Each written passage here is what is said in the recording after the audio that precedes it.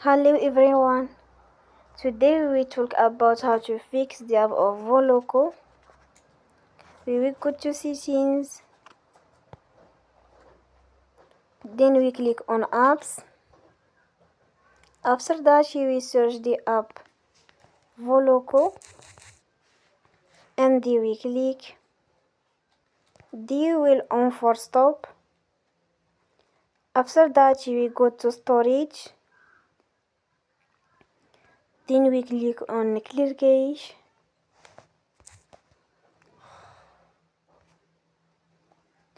In the end, you will turn your Wi-Fi and you will turn again. Don't forget to support us by like and subscribe. See you next time and thank you for watching.